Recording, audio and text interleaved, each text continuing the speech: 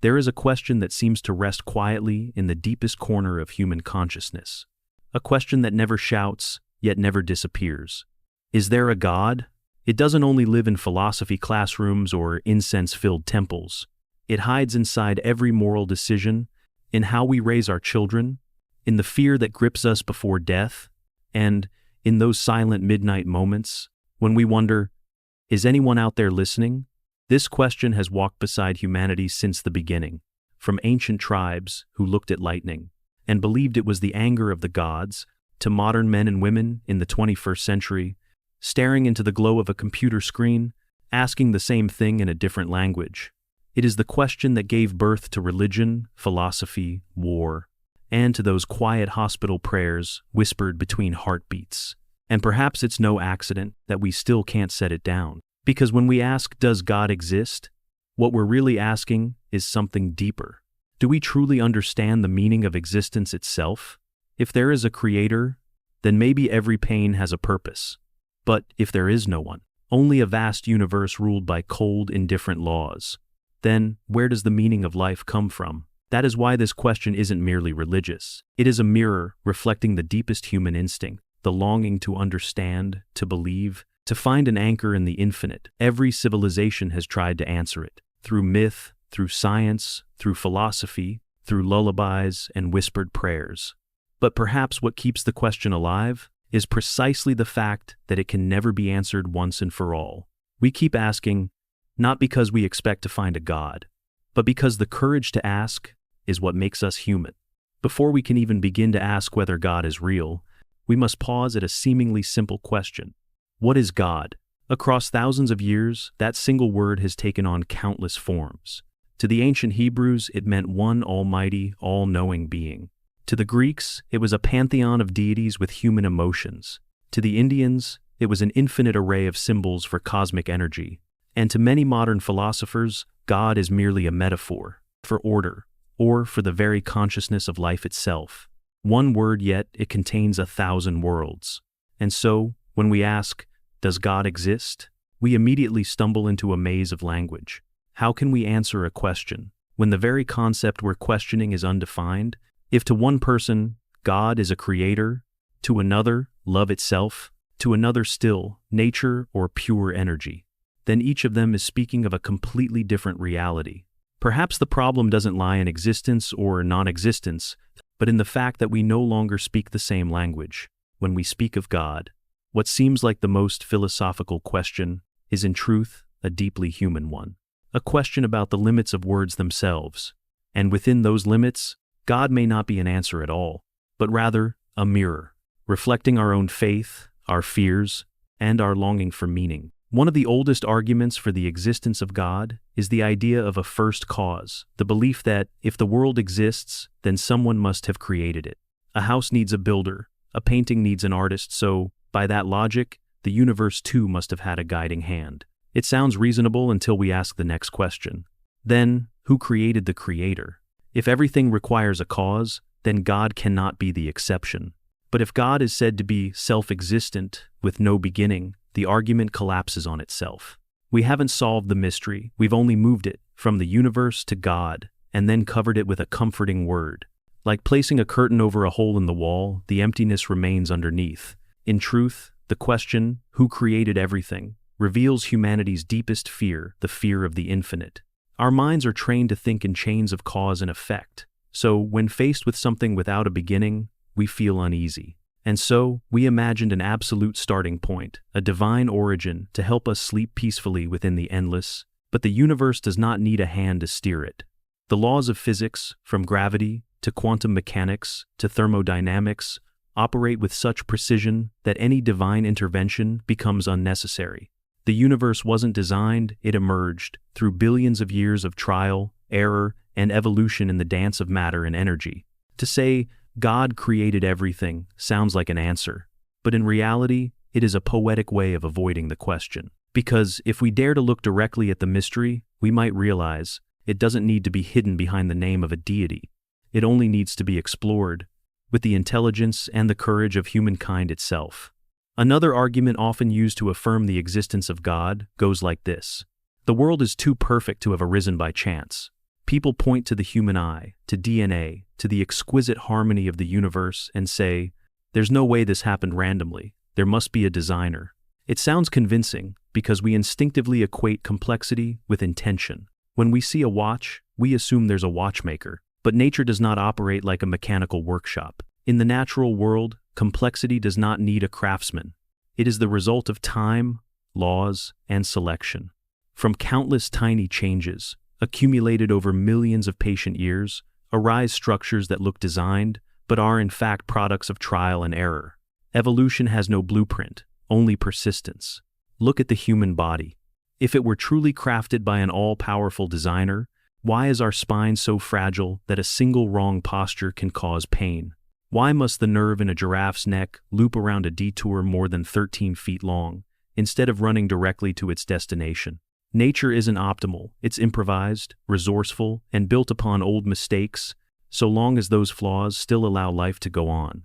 A perfect design implies a clear purpose. But nature doesn't need purpose, it only needs time. Snowflakes form intricate patterns, crystals align into symmetrical shapes, not because someone painted them, but because physics always follows the simplest path toward balance. Complexity isn't proof of intention, it's the consequence of law.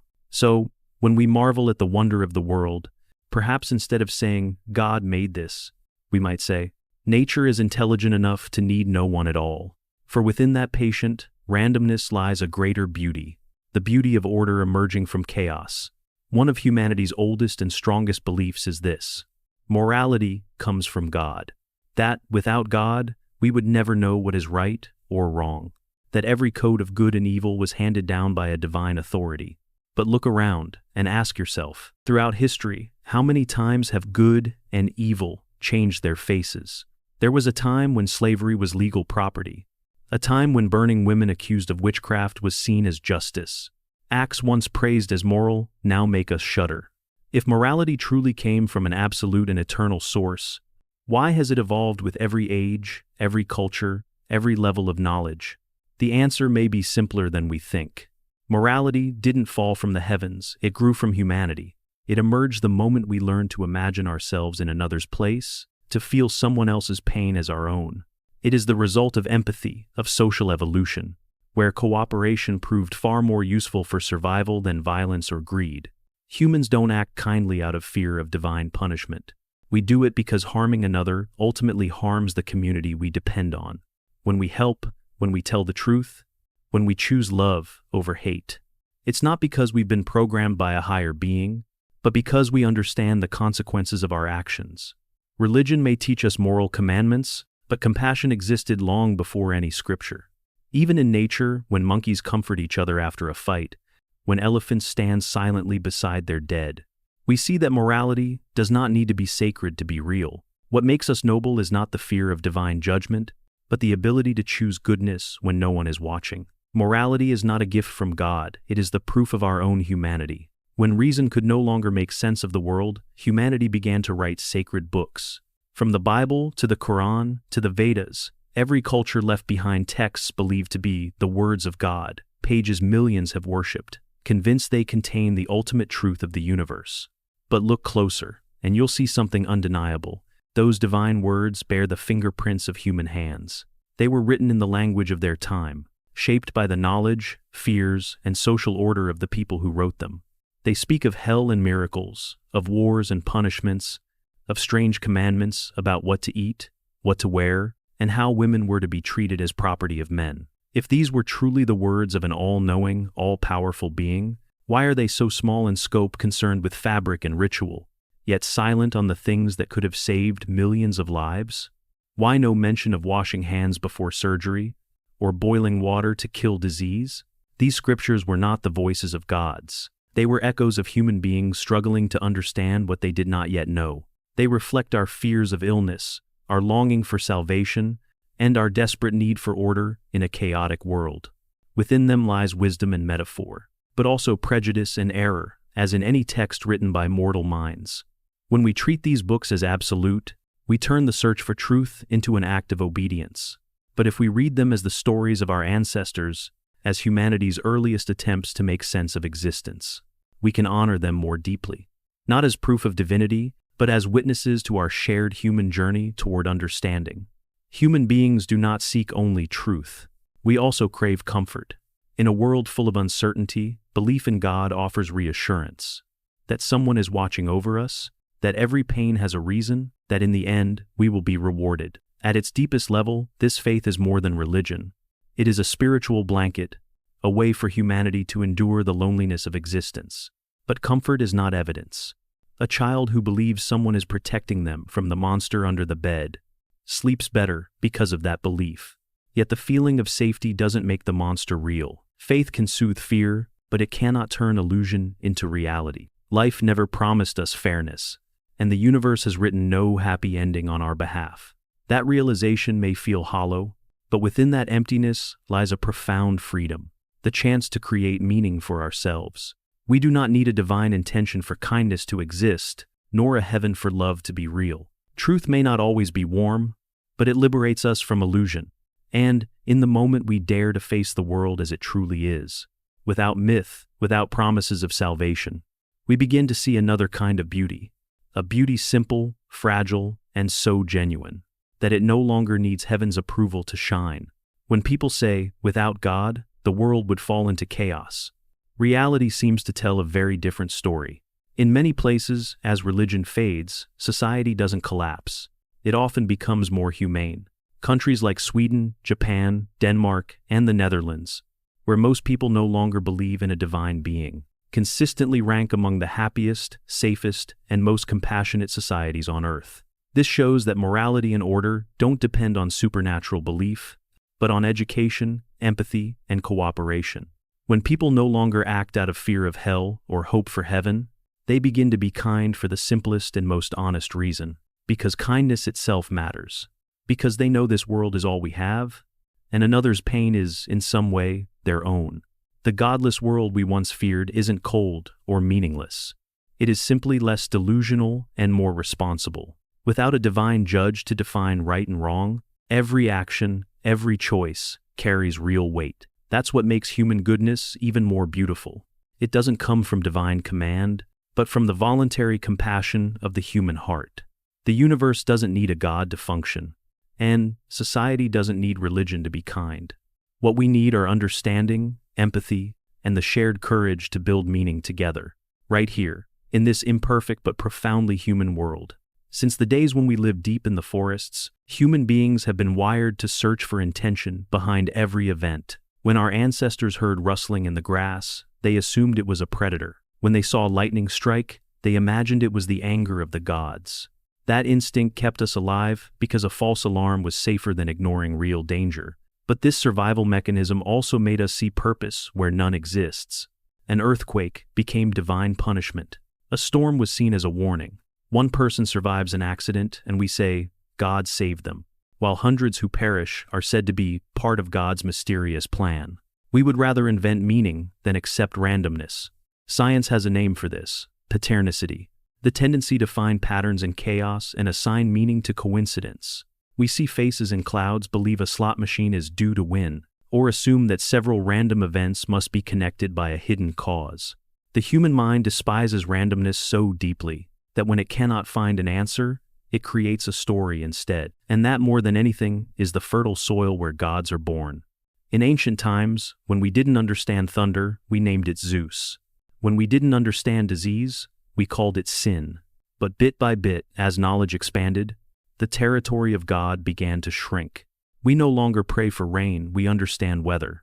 We no longer exorcise demons, we study the brain. The world hasn't lost its wonder because we understand it. If anything, it has become more astonishing, because instead of a puppet show run by invisible hands, we now see a universe capable of organizing itself, where order arises naturally from chaos and beauty needs no designer to exist. If God exists all-powerful and all-good, then why is the world filled with suffering? It's a question that has haunted philosophy, religion, and the human heart for thousands of years. From children dying of cancer, to innocent lives swept away by natural disasters, to nations torn apart by senseless wars. If there is an almighty hand guiding everything, why would it allow such pain? People often say, it's God's test. But a test for whom and for what? What lesson can a starving child possibly learn from their own agony? If suffering is an exam, who grades it and who needs the score? Such explanations sound comforting only when spoken from safety, by those who observe pain from a distance rather than endure it. Others argue it's the price of free will. But what about floods, earthquakes, viruses, and cancer? Do they have anything to do with human choice? Nature doesn't distinguish between good or evil, virtue or sin. It simply behaves according to its own indifferent laws. And while we try to find meaning in every tragedy, sometimes the truth is brutally simple. Many forms of suffering have no reason at all. Some accept that by saying, God's plan is beyond our understanding. But if a plan is so opaque that it's indistinguishable from randomness, can we still call it a plan? If every cruelty, no matter how senseless, can be excused as God's will, then the words good and evil lose all meaning. Perhaps the problem isn't whether God exists, but that the idea of an all-powerful, all-loving deity simply doesn't align with the reality of this world. And maybe, only when we dare to face that truth, we begin to learn what true compassion means. Not because a God commands it, but because, in this vast and indifferent universe, we are all we have. Some people say they can feel the presence of God. They describe sacred moments standing in a church, before a vast mountain range, or in the depths of despair, when they sense something greater than themselves wrapping around them. The experience feels so real, so undeniable, that it seems impossible to doubt. But what feels real to the mind doesn't always mean it's real in nature. Neuroscience shows that the human brain can generate extraordinarily vivid illusions. The same regions that process emotion, memory, and perception can make us see or hear things that aren't there. Those who lose loved ones sometimes feel their presence nearby. People under hallucinogens describe visions of heaven or divine light. All of these experiences arise from the same organ. A brain wired to find meaning in chaos, to weave stories that comfort itself. Religious feelings, then, may not be proof of a deity, but rather a transcendent function of the human mind. The sensations are real awe, connection, gratitude, beauty, but the object we assign them to might simply be a symbol our consciousness uses to explain what it cannot yet articulate. And perhaps that doesn't make those moments any less sacred, because the very ability of the mind to create meaning out of nothing, to feel the invisible, to touch the infinite within itself, is already a kind of miracle. Only, this miracle doesn't come from the heavens. It comes from within us. Faith can be a light that guides, but it can also be a flame that burns the world down. Human history is filled with proof of that. Moments when religion ceased to be devotion and became a tool for control, a justification for power. From the crusades waged in the name of God, to the Inquisition, where people were tortured simply for thinking differently. From scripture used to justify slavery, to extremists killing the innocent while shouting, "Glory to God." Faith, when fused with authority, can make people do things that without belief, they would never dare to do. Blind faith turns questioning into sin, and doubt the very foundation of progress into blasphemy. Religion, born to comfort humanity, has at times become the chain that binds it. Because when someone believes they hold absolute truth, reason no longer matters. Yet not all believers are misguided.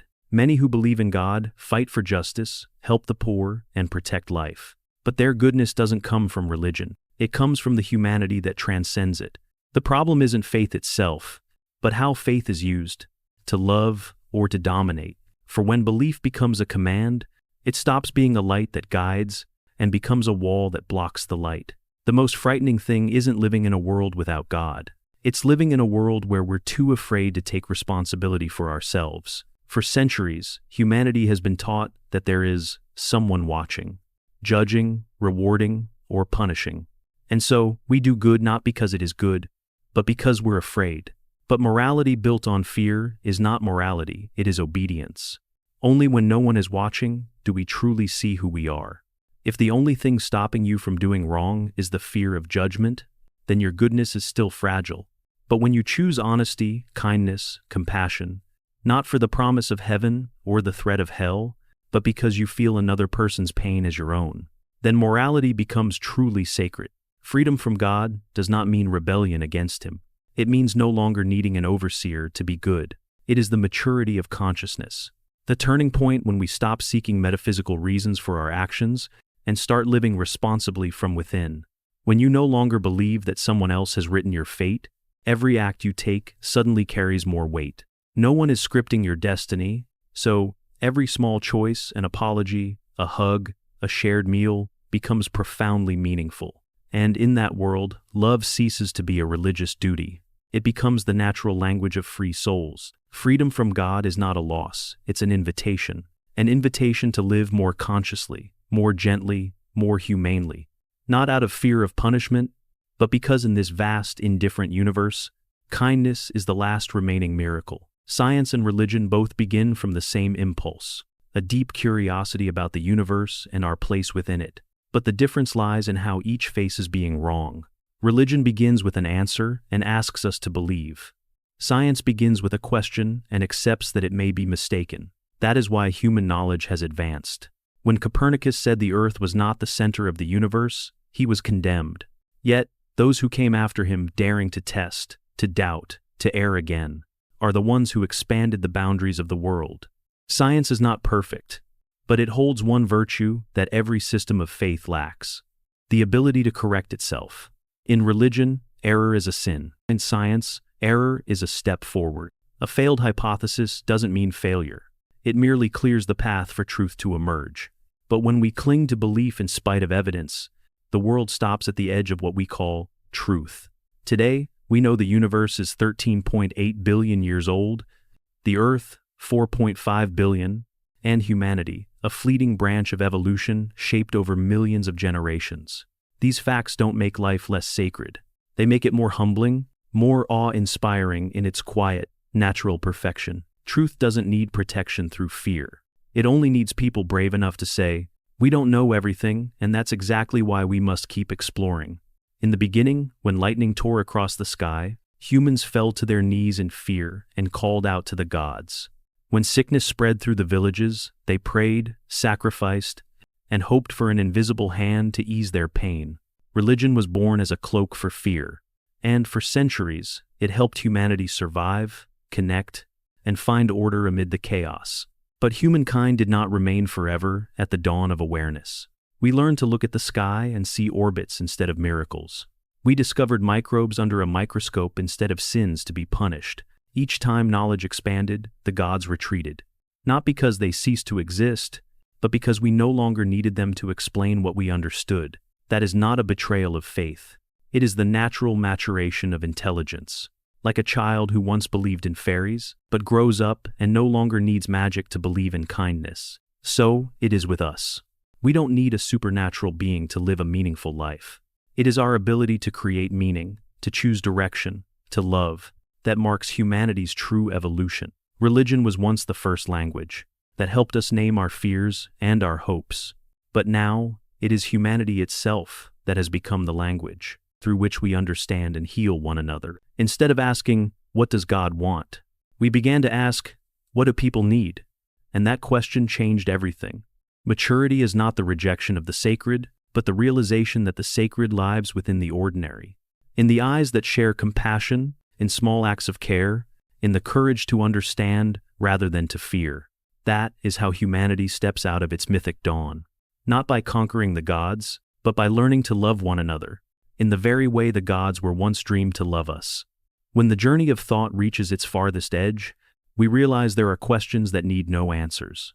Because the very act of asking them is what makes us human. Does God exist? Perhaps it will always be one of those questions.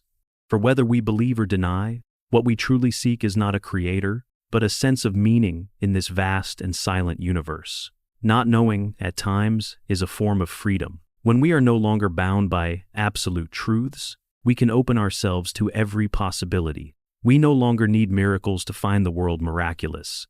We only need to look and see that existence itself is already extraordinary. The universe offers no rewards, but it gives us awareness, the power to create value. It doesn't tell us how to live, but it grants us the chance to write our own story. And, in that silence of not knowing, we become humbler, more curious, more compassionate. Perhaps the sacred does not dwell in the gods, but in our capacity to love when we know all things are fleeting, to be kind when no one is watching, to seek understanding even when the answers remain unclear. Not knowing is not weakness. It is the doorway to wisdom, a reminder that we are still growing in understanding, in empathy, and in the quiet, luminous depth of our own humanity.